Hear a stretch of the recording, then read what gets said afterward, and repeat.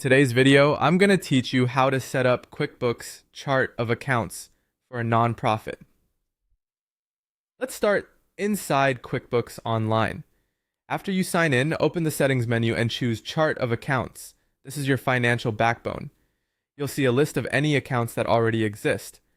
QuickBooks often creates a default set based on your organization type, and that's a helpful starting point, but everything here can be customized to fit your nonprofit's needs. Before you make changes, get comfortable with how accounts are categorized. Assets include things like cash, bank accounts, accounts receivable, and inventory. Liabilities are what you owe, such as accounts payable, loans, and payroll liabilities. Equity reflects your organization's net position over time. Income, sometimes called revenue, covers sales, service income, and for nonprofits, donations. Expenses capture costs like rent, utilities, payroll, and office supplies. There's also other income and other expense for items like interest or unusual infrequent activity.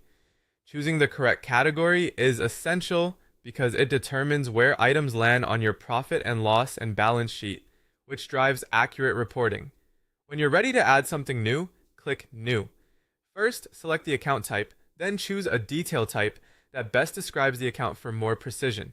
Give the account a clear, consistent name, something like Office Supplies Works Great, and add a short description if it helps your team. If you're bringing in an opening balance, enter the amount and the as of date carefully so it ties out to statements and prior records. Then save. Repeat this process for each account your nonprofit needs. Next, organize what you've built. Group accounts in a way that mirrors how you review finances. For example, current assets for cash, bank, and receivables, fixed assets for equipment and vehicles, and current liabilities for accounts payable and payroll-related items. Use sub-accounts to add detail without cluttering the main list, like placing stationery and cleaning supplies under office supplies. This structure keeps reports readable while preserving the detail you need.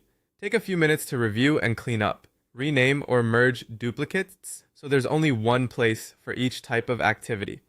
Double check that every account's type and detail type are correct. If an account isn't used and has no